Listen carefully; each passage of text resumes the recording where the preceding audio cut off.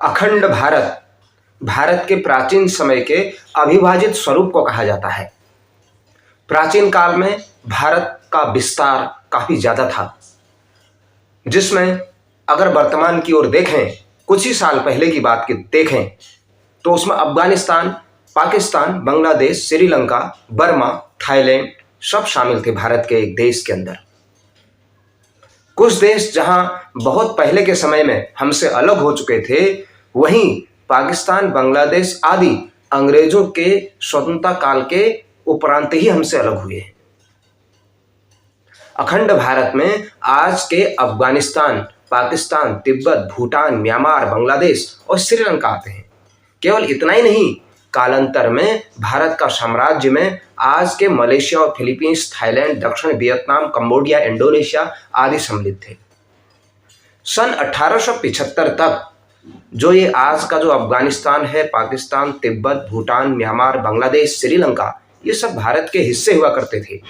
लेकिन 1857 की क्रांति के पश्चात जब ब्रिटिश साम्राज्य की नींव हिल गई थी, उन्हें लगा कि इतने बड़े भूभाग का दोहन करना, उपयोग करना एक केंद्र से असंभव हो जाएगा, इसलिए फूट डालो और राज करो की नीति उन्होंने अपनाई और इस भारतवर्ष के अखंड भूभाग को अनेकों हिस्सों में बांट दिया। और उन्होंने अब हमें यह सुनिश्चित करना है कि आने वाले कालखंड में भारत पुनः अखंड हो सके। 1876 में जब भारत किससे अफगानिस्तान अलग हुआ, तो उसके बाद जो क्रम चला, जो भूटान हमसे अलग हुआ 1906 में, और उसके पश्चात 1935 में श्रीलंका हमसे अलग हो गया, और 1937 में जो ब्रह्मदेश कहा जाता है म्यांमार, वो भी हमसे अलग हुआ। और उसके बाद आप पाकिस्तान का विभाजन का जो विभत्स दंश हम जो देखते हैं, वह सबसे बड़ी विभीषिका के रूप में 1947 का हम लोगों ने देखा है। वो भारत से अलग हुआ पाकिस्तान, और उसके बाद जब भारत और पाकिस्तान का जब युद्ध हुआ 1971 में, उस समय बांग्लादेश हमसे अलग हो चुका था।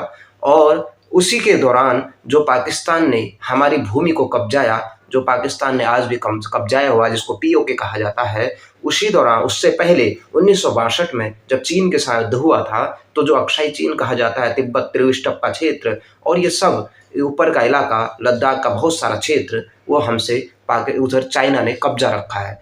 तो बहुत सारे हिस्से अभी भी जो अखंड भारत में होने चाहिए थे, वो अभी भी विदेशियों के यानी उनके कब्जे में हैं, और इसलिए हमें उस अखंड भारत के स्वरूप को पुनः एकाकार करना है।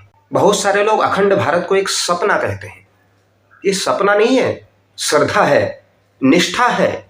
जिन आंखों ने भारत की भूमि को भूमि से अधिक माता के रूप में देखा है, जो स्वयं अपने आप को इसका पुत्र मानता है, जो प्रातःकाल उठकर समुद्र वसने देवी पर्वत स्थल मंडले विष्णु पत्नी नमस्तुभ्यम पादस्पर्श समस्व में कहकर उनकी रज को अपने माथे से लगाता है।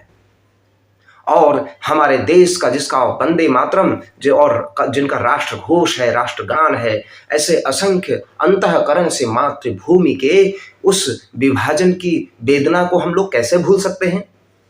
अखंड भारत के संकल्प को हम कैसे त्याग सकते हैं?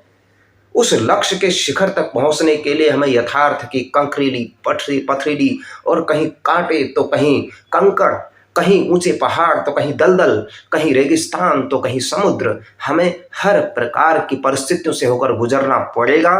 और इस यात्रा को शुरू करने के लिए हर प्रकार के उस इतिहास को, उस अतीत को जानना पड़ेगा। और हमें अपने उस अंग्रेजों की जो अनेक प्रकार के जिन्होंने हमारे इस भारत का विभाजन किया, और उससे पहले हमें उस अतीत को भी याद करना पड़ेगा, जो उस पीड़ाओं को, उस हजारों लोगों के बलिदान को याद करना पड़ेगा, जिसके कारण यह भारत अखंड हो सकेगा। हमारी सांस्कृतिक प्रवाह की यात्रा का वर्णन बहुत रोचक और रोमांचकारी है। हमारी सांस्कृतिक एकता, आध्यात्मिक जो धाराएं थी, वो संपूर्ण अखंड भारतवर्ष के अंदर, जो पूरा इस देश के अंदर जो दिखाई देती थी, वो सांस्कृतिक एकता के अविच्छिन्न सूत्र में थे हम लोग। हमारे महाभारत और पुराणों से हमें जो ये वर्णन मिलता है, जो हमारी भौगोलिक सीमाएं, नदी और जो उसके प्रवाहों, पर्वतों, नगरों और आशे तो हिमांचल में बिखरे अनेकों राज्य का वर्णन मिलता है। इसीलिए यह जो हमारे शकुंतला पुत्र दुष्यंत और शकुंतला के पुत्र भरत के नाम से यह जो भारतवर्ष का इतना बड़ा नामकरण हुआ, वे और इसमें कालिदास ने भी अपने उस अभिज्ञान शाकुंतलम में वर्णन किया गया है। कोई ऐसा नहीं है कि हमारे इस नए लोग या हमारे आजकल की जो ये कथानक है, ऐसा नहीं है। ये हमारे वेद पुराण उपनिषद इसकी गवाही देते हैं, यहाँ के प्राचीन विरासत इसकी गवाही देते हैं। और हमारे उस थाईलैंड की संस्कृति, वहाँ के लोग अगर भले ही उन्होंने अपनी धार्मिक आधार को बदल दिया हो, लेकिन उनकी सांस्कृतिक भिन्नताएं आज भी देखेंगे, वो भगवान राम को मानते हैं। आज की पीढ़ी को केवल 1947 के भारत और पाकिस्तान का विभाजन ही याद रहता है। उन्हें ये नहीं मालूम कि यह 24वां विभाजन था और अंग्रेजी हुकूमत ने इस भारत के खंड खंड करके, इस देश के इस अखंड भारतवर्ष को खंड खंड करके यहाँ से चलते बने। यहाँ की संपत्ति को, यहाँ के सांस्कृतिक प्रवाह को छिन्न विच्छिन्न करते हुए वे संपूर्ण देश का भूगोल बदलते चले गए। लेकिन हमारी जो सांस्कृतिक एकता है, अखंडता है, वो कोई आज की नहीं है। हम लोग जो आज देखते हैं, जो 1857 के लगभग उस समय के कालखंड में 83 लाख वर्ग किलोमीटर का जो क्षेत्रफल था, वो भारत का था, पूरा अखंड भारतवर्ष का। आज केवल 33 लाख वर्ग किलोमीटर ही रह गया है, जबकि हमारे पड़ोसी जो केवल 9 देश जो आसपास के हैं, उनके पास 50 लाख वर्ग किलोमीटर है। यानी वे अखंड भारत के स्वरूप थे, हमारे अखंड भारत के अंतर्गत थे, जो समय समय पर हमसे अलग कर दिए गए। हमारे वेद पुराण इसकी गवाही देते हैं। अखंड भारत के बारे में उनकी जो परिकल्पना थी, जो हमारे अग्नि पुराण, वायु पुराण, ये जो पुराण में उल्लिखित है, वो कहते हैं उत्तरम यत् समुद्रस्य हिमाद्रश्च दक्षिणम वर्षम तद भारतम नाम भारती यत्र संततिः। अर्थात हिंद महासागर के उत्तर में तथा हिमालय पर्वत के दक्षिण में जो भूभाग है, उसे भारत कहते हैं और यहाँ के समाज को भारतीय या भारतीय कहते हैं। और उसी के बाद जो अगला हम श्लोक बोलते हैं, जिसको भारतवर्ष कहते हैं अनेक, उसमें अपने कथानकों में और अपने पूजा पाठों में, उसमें बृहस्पति आगम में भी एक जो अलग से श्लोक हमारे पास उपलब्ध है, उसमें कहा गया है हिमालयम समारभ्य यावद इंदु सरोवरम तत्तेवं निर्मितम देशम हिंदुस्तानम प्रचक्षते। अर्थात हिमालय से लेकर हिंद महासागर तक देव पुरुषों द्वारा निर्मित इस भूगोल को भारतवर्ष कहा जाता है। इन सब बातों से यह निश्चित हो जाता है कि भारतवर्ष और हिंदुस्तान जो ये हमारा देश है, यह एक है और यहाँ के भारतीय ही यहाँ के लोग हैं। आप कल्पना कर सकते हैं हमारे देश के महापुरुषों ने क्या क्या सोचा। महर्षि अरविंद ने कहा था कि भारत की स्वतंत्रता तब तक अधूरी मानी जाएगी जब तक भारत भूमि की अखंडता को पूर्ण नहीं बनाया जाएगा। यह राष्ट्र अविभाजित है और इसे कभी भी खंडित नहीं किया जा सकता। हर राष्ट्र की एक आध्यात्मिक नियति है और भारत की नियति सदैव अखंडता होने की है, यानी अखंड होने की है। ये महर्षि अरविंद के श्रेष्ठ विचार हैं। उनके सपनों पर आगे बढ़ने का हमें संकल्प लेना चाहिए। जो महापुरुष ने कहा है कि अखंड होना भारत की नियति में लिखा है। पंडित दीनदयाल उपाध्याय जी ने कहा कि अखंड भारत मात्र एक विचार न होकर विचार पूर्वक किया हुआ संकल्प है। कुछ लोग विभाजन को पत्थर की रेखा मानते हैं।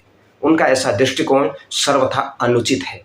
मन में मातृभूमि के प्रति जो अपनी उत्कट भक्ति न होने के कारण ही वह इसका परिचायक है। इसलिए अखंड भारत ये हमारा विचार पूर्वक किया गया एक संकल्प है।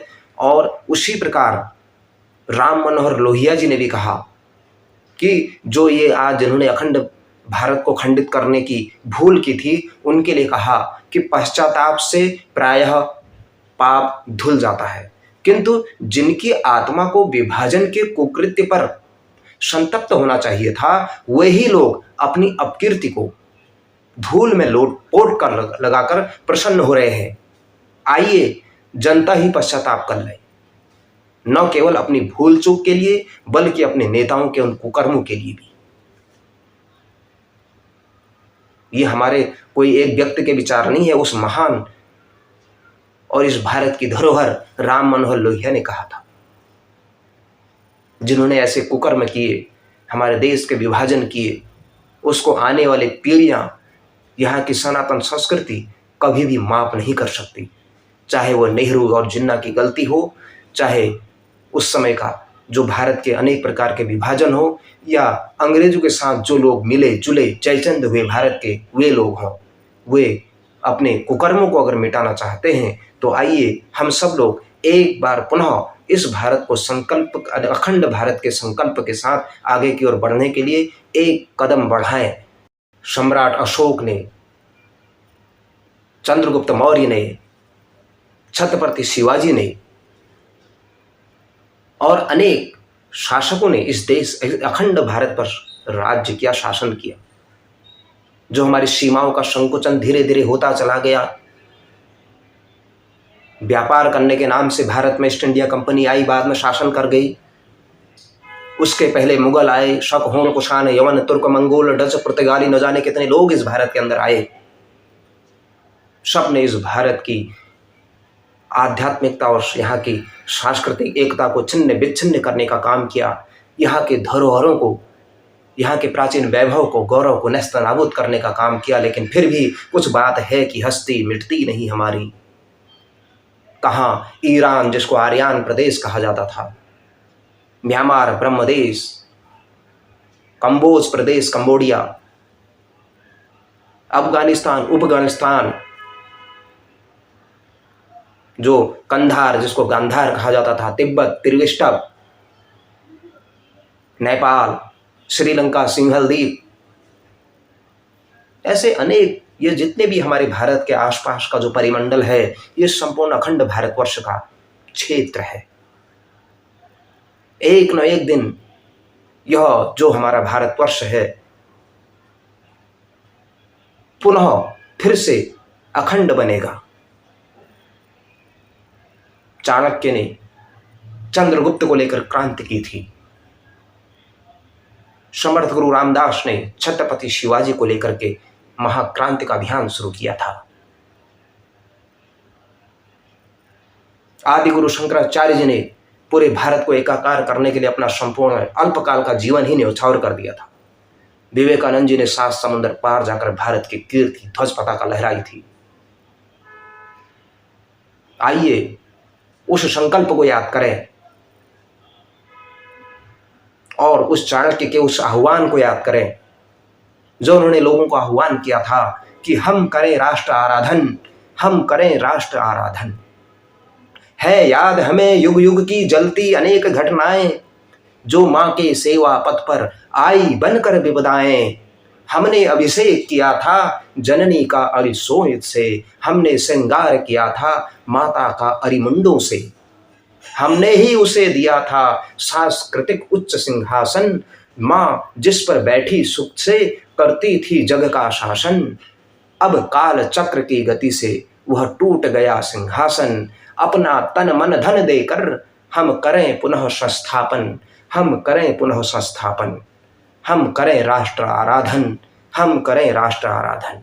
आइए भारत को अखंड बनाने के लिए हमारे सभी महापुरुषों को स्मरण करते हुए, इस अखंड भारत, इस देवी भगवती माँ स्वरूपा अखंड भारत का स्मरण करते हुए हम लोग भारत को पुनः अखंड बनाने के लिए संकल्प लें।